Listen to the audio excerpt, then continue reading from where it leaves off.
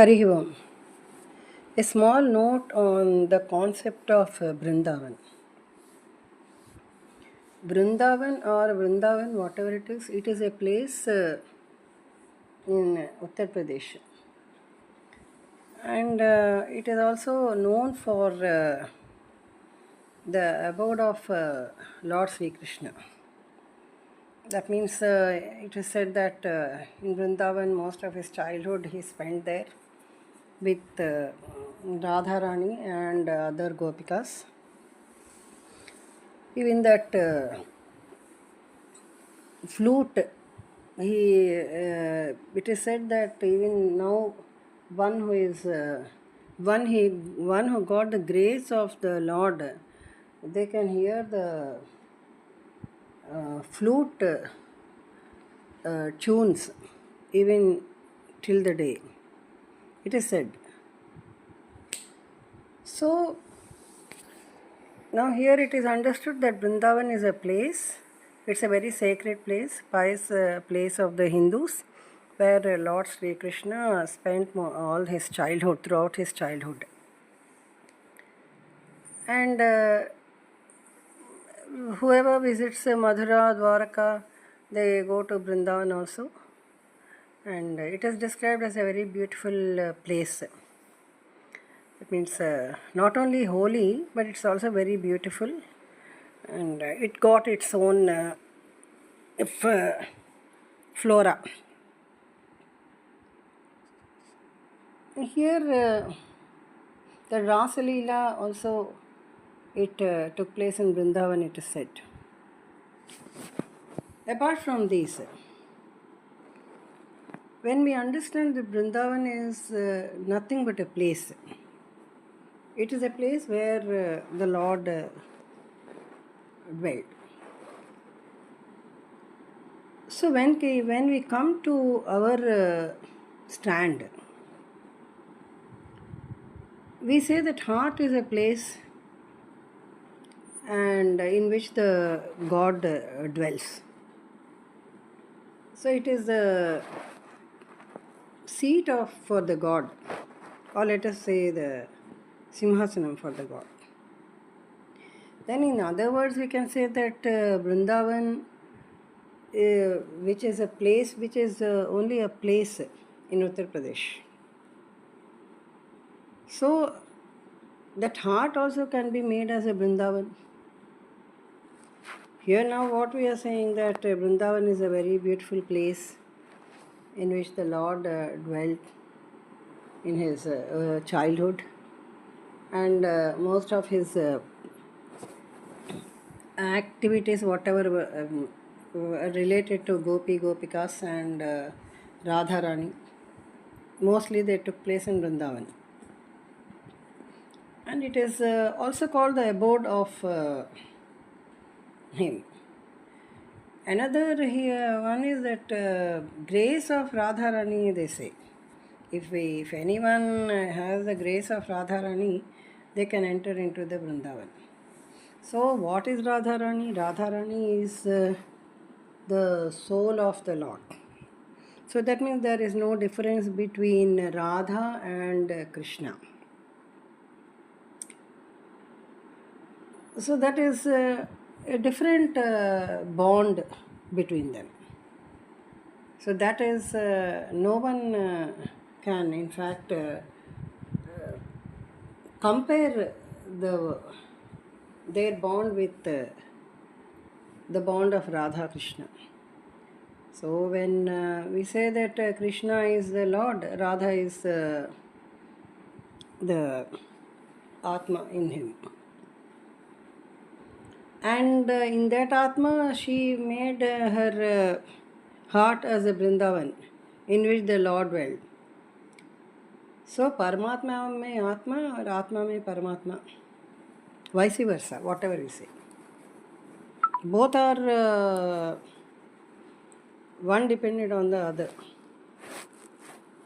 So here both are inseparable. So coming to the point, when we make the Brindavan, our heart as the Brindavan, and we invite the Lord. he will come and stay, because when we say that Vrindavan itself is a place in the outside world, our heart, when we make it as a Vrindavan so beautifully, with the beautiful thoughts, beautiful responses, and beautiful prayers, beautiful chantings, everything, when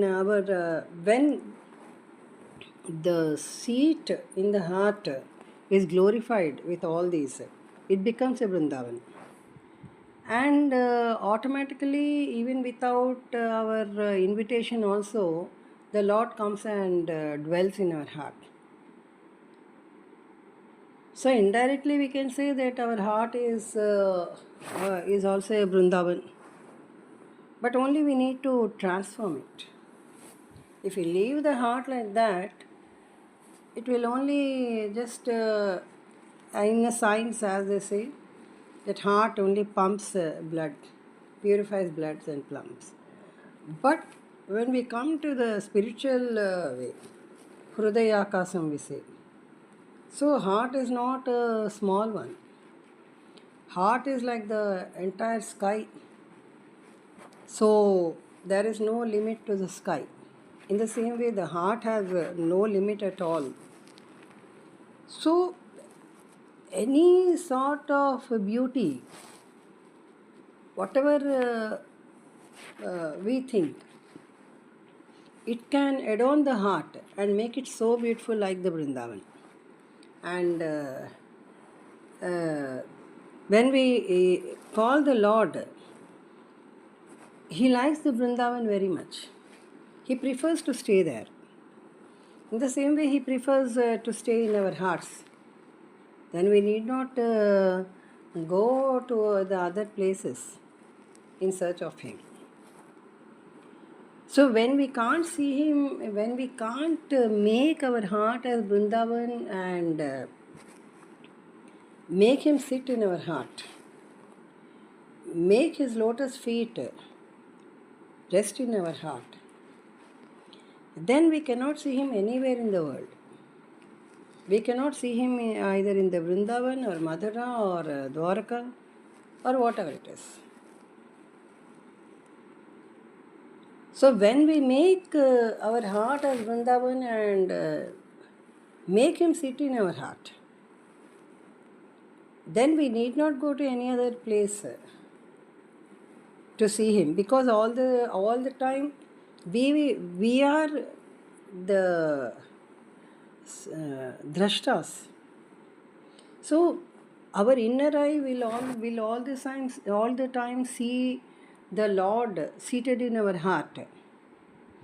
And why he is seated like that is because we made our heart the Brindavan, which is a very beautiful place for the Lord to live.